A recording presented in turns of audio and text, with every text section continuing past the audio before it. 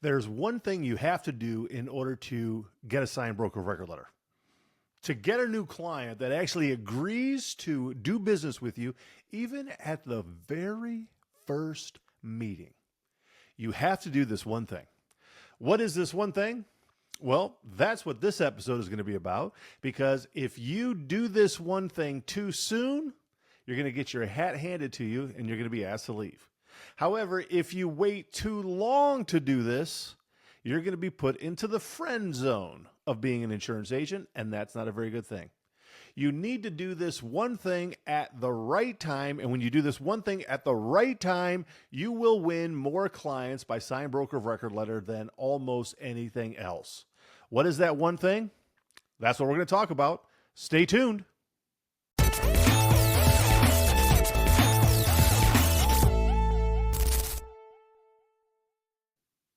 Hey, everybody. Welcome to the Millionaire Insurance Producer Podcast. My name is Charles Specht, and I am your host, and I'm excited to be here. Thank you again, by the way, for listening to the podcast. You know, some of you guys reach out with text messages, LinkedIn messages, emails, tell me about some of the things you're learning from the podcast. I even had one person say they won a very large account this last week, and it was from something that they got from listening to this podcast. So that's exciting stuff, man. I'm just glad for that. I'm happy for it. If you would do me a favor, if you have some time, would you please leave a review and a 5-star review of this podcast, wherever you listen to your podcast? I would really appreciate it. That would help to get the word spread a little bit. And anyway, just if you can't do that, just tell some of your friends to go ahead and listen. Even if it's just your grandma who doesn't even care about insurance, just tell her to listen. I'd be happy for that too.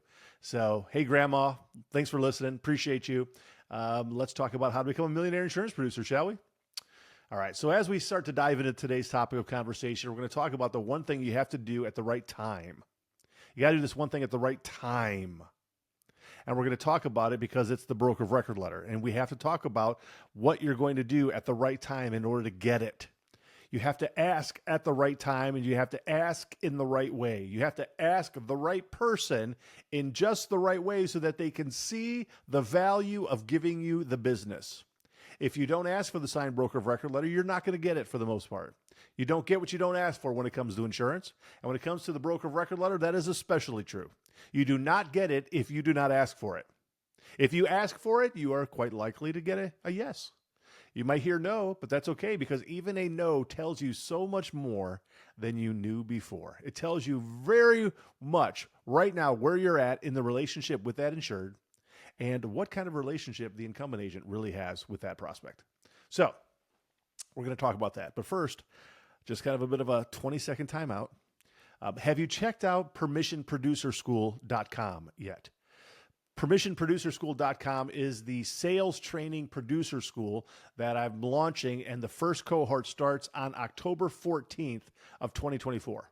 So October 14th, for that entire week, we're going to be going through sales training piece by piece by piece by piece, with the goal of you having a personalized process of what it is that you need to do it and how to do it and what to say and so forth, the type of business to go after in order to be more successful at writing new business.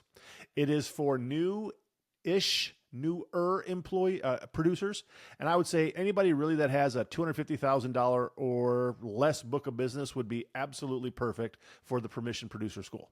It's for property and casualty agents, for employee health benefits agents. It's sales training school. It's sales school. So I'm not talking about products so much. It's not going to be carrier based and so forth. We're not talking about coverages. We're talking about sales tactics, scripting, messaging, setting up your calendar, your 12-month time of services, the mindset, how to ask for the business, all of that. It's going to be a full week, intensive, 2.5 to 3 hours per day with some Q&A sessions for the next 2 weeks after that. So far, I've got a little over 20 people now who have signed up just in the last week and a half. The registration is open for another 3.5, almost, 3.5 weeks. However, I'm probably going to shut it off pretty soon because I want a smaller cohort in this first one. So if you want to get in, $497, definitely go check it out, permissionproducerschool.com. There's a link there in which to get yourself registered, and I'll send you a personalized email welcoming you to the group, letting you know how we're going to go ahead and get started. So permissionproducerschool.com. Now back to this topic, we're talking about the broker of record letter and asking for the business. And We're going to talk about this, by the way, a lot when it comes into the Permission Producer School, because the whole focus is going to be on how to win that business predominantly by BOR. But this is an important issue because every single insurance agent who's meeting with a prospect has a problem, and the problem is that there's somebody else right now who's sitting in your chair as the insurance agent. Somebody else, another agency, is giving them the insurance services. You need to be able to figure out how to sever that relationship in order that they can do business with you. And so we're talking in this episode about the ask, how to ask for the business. When to ask, when not to ask, how to ask. All right. I was literally just on a call with a new client right before I recording this, and there was two guys talking to them, and they're both married. I said, "Hey, how long you guys been married?" And they were telling me how long you've been married. I said, "Awesome." I said, "Did you guys pop the question to your spouse, or did she get down on one knee and pop the question?" They both kind of laughed and smiled. I said, "Well, we did. We asked." I was like, "All right." So at some point you had to ask for the business, didn't you? I mean, you just straight up had to ask to get married. That's what we're doing when we ask for the signed broker of record letter.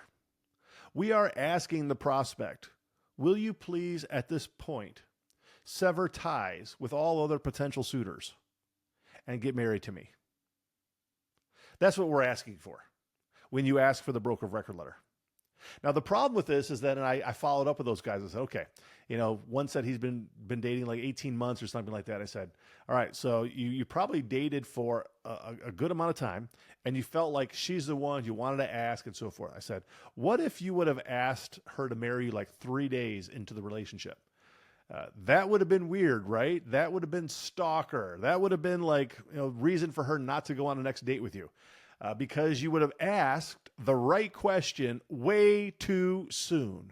The same thing goes with asking for the broker of record letter with your prospects. You can just straight up ask too rudely, much too soon, before there is any comfort or confidence in the relationship going forward. If the insured does not trust you yet, if I can put it this way, if the insured, your prospect, doesn't see the problems in the relationship they have right now with their current agent, and you come in saying, I want you to sever relationship, cut ties, dump that guy, and do business with me going forward, marry me as your insurance agent, that's rude. That's rude. You should be told no. You should expect to be told no, because that's asking way too soon in the wrong way without actually having the loyalty and the relationship built up. Okay? So I just want you to understand first that you have to ask for the broker of record letter, because they're not just going to, for the most part, suggest it themselves. So you must ask, but you must ask wisely. Don't ask too soon, but you better ask it in the first meeting and not the third meeting or the fourth meeting. Because if you just keep dating somebody and that person just doesn't see where this is going, they're just going to get bored and cut ties with you. Or sometimes you like somebody and you're hanging out, you're having a lot of fun, but maybe you're just too nervous about asking that person out on a date. And before you know it, you have been friend zoned. You are now a great friend, just not the boyfriend or the girlfriend, whatever.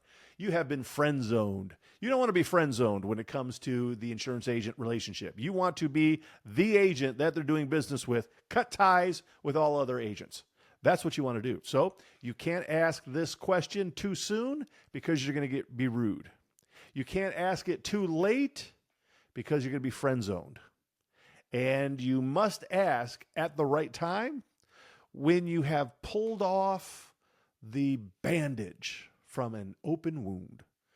Once you have pulled off enough bandages and they're feeling the pain, the time is now. Go for the jugular. The time is now. Go for the jugular. So think about it. This morning I was talking with people on my mastermind. By the way, I'd love to have you check out the mastermind. It might be a great place for you. Group coaching mastermind, 12X commission mastermind. Check it out on my website, permissiongroup.com. But I was talking to the members of the mastermind today, and I asked them, I said, okay, I think we had 15 on the call, and I asked them, I said, okay, how many of you today took some aspirin? Any of you taken aspirin? And none of them actually did. I said, okay, I actually did. I took it a few hours after I woke up because I I had a headache, just a tired headache. I took some aspirin. I said, none of you took aspirin because you didn't feel any pain. I didn't feel pain, at least initially, so I didn't take any. But then I started feeling the pain, and then I went and looked for the aspirin. I said, your services, doing business with you is the aspirin, but you have to help them to feel the pain. And if they don't feel any pain, they're going to see no reason for the aspirin. If they don't feel any pain, there's no reason to have surgery. There's no reason to figure out a way in which to get a pain reliever if they don't feel like they have the pain. So you have to help the insured to see the areas of deficiency in their relationship with the carrier, the policy, the plan, the agency servicing team, and the incumbent producer. You got to be able to uncover lots of problems in their industry, their own unique business with the insurance program, uncovering lots of problems. It's like a Band-Aid on an open wound. You just got to rip it off. Rip off that Band-Aid and let them go, that hurts. That's right. I've got that pain. I wish I didn't have that anymore. And if you just keep ripping off these Band-Aids, they're going to be like, that's right. I got a lot of pain. And then as you show them your 12-month timeline of services, because you're going to be completely dialed in as a micro niche expert, you show them your timeline of services, 12 months on these are the things you get from us being your agent going forward. When you show them your 12-month timeline of services, they can start to see, that's how this pain goes away. That's how you fix my problems. Yes, that's exactly what I need. Yeah, my agents, they're just not returning phone calls. Oh, that's how you handle it? That pain's gone. Oh, that's right. My agent ghosts me for 6 months every year. Oh, this is what you're going to provide for me over the course of the year, some loss control and different things like that. That pain is gone. Yeah, you know what? My agent doesn't help me with anything for my ex-mod. And, it's hurting. And, I see you've got someone who's going to come and actually do some monitoring of my claims and so forth to help me drive down my ex-mod. Oh, yeah, that pain's going to go away too. And so as they start to see how you alleviate the pain, the frustration, the ripped bandages, the problems in their insurance program, they're going to start to see you're the aspirin I need. You are the right solution. You are the obvious choice of which agent to do business with. And once you've uncovered enough pain, you have ripped off the bandages and let that insured say, oh, that's right, these are my problems. That's when you ask for the business. If you ask for the business before you've ripped off the bandages, they don't feel like they've got any pains. There's no problem there. They don't need you. And if you rip off the bandages and you say, that's really bad, but I don't have any solutions for you. And then you just go through a normal quoting process. It's like you did all of that and there's no relief. Oh, you're just another insurance agent who doesn't really have anything special for me. That's what happens when you just revert to a quoting process. They realize that you have nothing special. And that, my friends, is why the incumbent agent retains their clients 92% of the time, and a competing agent only wins 8% of the time. Because if you don't have the solution to their problem, they don't need you. But if you have the solution to their problem, then it's like you have a duty to help them. And the duty to help them can be as easy as one signature. One signature on a piece of paper. One signature on a piece of paper, Bob, is going to make all of this pain, frustration, inconvenience go away. With one signature on a piece of paper, it'll transfer your plan, your policies to our agency. We're going to be able to give you these services going forward effective immediately, and we'll take care of these problems so that you don't have this frustration in the future. Just sign right here. We'll send it to the insurance carrier. Over the course of the next few days, they'll transfer it over to us. We become your agent. You no longer have to do business with that agent going forward. Sign right here, Bob, and we'll take care of it for you. If you've done the due diligence, my friend, of uncovering all of those problems, presenting your solutions, you don't ask too soon, you don't ask 30 days from now, but you ask at the right time and in the right way by helping the insured to see how it helps them, you're going to win a lot of business. I actually feel that about between 10 and 20% of insurance buyers that you meet with. You set an appointment, about 10 to 20%, we'll just call it 15%, about 15% of those insurance buyers would sign your broker of record letter right off the bat because they're just not happy with who they currently have. They do not like their agent. They're not happy, satisfied, loyal to that agent. The agent has not done a good job. Around 15% will sign it just because you showed up. You're somebody different. There's about another 15 to 20% that will sign it because they now realize you have a much better process for my renewal. You're going to actually go out and get me many more options, many more quotes. You're going to go and negotiate and renegotiate on my behalf. This is the actual service you're going to give me. This is what I've been looking for and what I need. See, if you do this right, you will probably receive anywhere from between, I'd say, 30 to 40% of your appointments in the first appointment. Signed broker of record letter. 30 to 40% of the first appointments that you have you will leave with a signed broker of record letter in hand if you follow the process. But you can't ask too soon, can't ask too late. Got to uncover the bandages, got to uncover the problems, ask for the business, and you get what you ask for. You get what you ask for. I'm telling you, you get what you ask for. I tell my clients all the time. I told my mastermind this morning. I say, you do not have to ever go through a quoting process with a non-client. Just decide we don't quote. We don't quote. We don't offer quotes to non-clients. Now, when you sign over your insurance to us, we're going to go out to the marketplace and we're going to get the quotes that you need. And we're going to negotiate on your behalf. That's what we do for our clients. But for somebody who's not a client, we don't go through the quoting process because we're providing a lot of services to our clients. And we're very careful and particular about these services.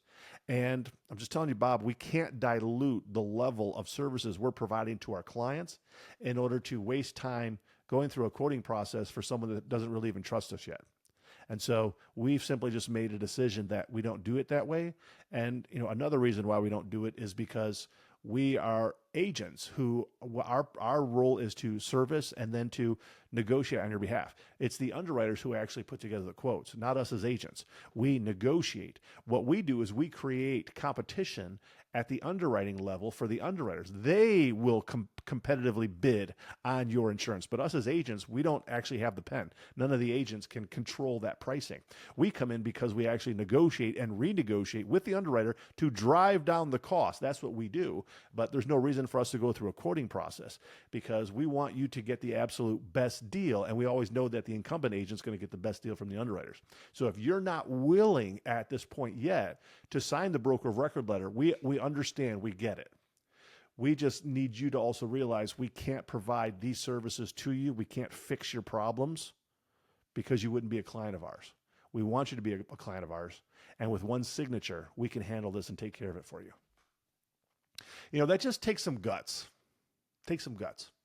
I'm not saying it's easy because when somebody, like you're meeting with somebody at a first appointment, it's hard enough to set first appointments. And then if you ask for the broker of record letter and they say no, like one of the easiest things and what you will probably end up doing a lot, at least initially, is just reverting to a quoting process. I want you to push against that because you don't have to. But many times agents do just kind of revert to a quoting process because it was hard to set the appointment in the first place. I get it. It's hard to set appointments. But what you have to be is an appointment setting machine who gathers signatures. That's what you need to be. An appointment setting machine who gathers signatures. You're not a quoter. Underwriters quote. You don't quote. Underwriters quote. You don't quote. Please, I'd like to speak to the agency owners, partners, principals right now.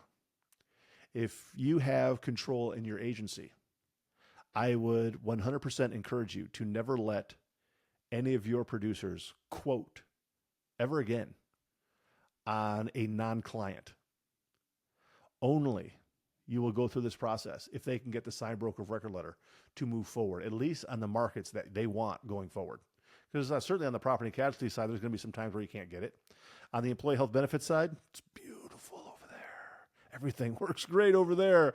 On the property and casualty, sometimes it's weird. But you need to be able to get BORs for the markets you want. And there ain't no way we're going out to market if we don't have the right carriers. So literally, like the process just works. And I would say, just put a line in the sand saying, our agency, we're not going to like have our service people stressed because they're doing all this work and input and we're not even getting the accounts. We're not going to hurt our relationships with our underwriters. We're not going to hurt our quote to bind ratio with these carriers. We're just not going to do it. We're not going to waste hours. We're going to save all of our time by not going down the quoting process with someone who doesn't trust us yet. We're going to save that time. And instead of doing all of that, we're going to continue to refine our prospecting approach to set more appointments, to find even more accounts who aren't happy, go through the same process with them and gather the signatures. It's just a process that works. I know of some very large agencies that do that. You could do it too. If I told you the name of one off the top of my head, and I have clients with this particular this agency, they've made a choice. We do not offer quotes for non-clients. It's a very large alphabet house. They do not offer quotes for non-clients. You get a broker of record letter, then you can go forward with quotes. You don't have the BOR? Sorry, producer, go set some more appointments. And they are writing a lot of business. It can work at a large brokerage like that. It can work at a medium-sized brokerage. It can work at a small mom-and-pop agency as well. You just have to have the guts to ask for the business, but also the know-how on when to ask and how to ask.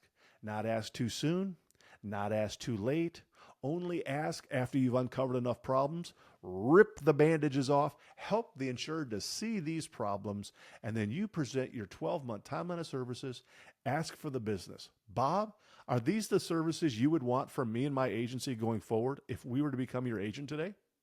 And when Bob says, yep, that's what I'm looking for, I've been looking for these, this is exactly what I'm looking for, that's when you slap out the piece of paper. Bob, this is a broker of record letter. Sign this, and we're going to fix these problems for you going forward. If you do that, my friends, I think that you are going to write significantly more business. This, by the way, the broker of record letter, is something that I use in my tagline. This is what I am sort of known for, that the broker of record letter is the fastest, smartest, most ethical approach to building a $1 million or more book of business. That's my tagline. The broker of record letter is the fastest, smartest, most ethical approach to building a $1 million or more book of business. It is. It's the fastest, it's the smartest, it's the most ethical approach to building a book of business. And if you focus on the BOR and do it right, be open, transparent, honest, you actually ask for it, you are going to have very, very good results. I 100% know that and guarantee it. So, as we bring this to a close, can I just remind you, October 14th, 2024, just in a couple of weeks now, a few weeks, the Permission Producer School is going to launch. I don't want you to miss it. Go to www.permissionproducerschool.com. permissionproducerschool.com. It'll give you a little bit of the information about it. It launches on October 14th. Right now, the price is $497, but I'm likely going to be increasing it, so I want you to get in as quickly as possible. As I said, I've got a little over 20 people who have signed up so far. I'm probably going to be shutting it off pretty soon. I might offer it sometime late January again, but I want you to get in now because in January, it's probably going to start off at $697 or maybe $997. But this first cohort is probably going to be, the lowest it's ever going to be. So I want you to get in. Permissionproducerschool.com. With that said, my name is Charles Specht. I am the president and CEO of Permission Network, where I teach and train insurance agents just like you how to build a $1 million or more book of business through signed broker of record letters. This is the Millionaire Insurance Producer Podcast.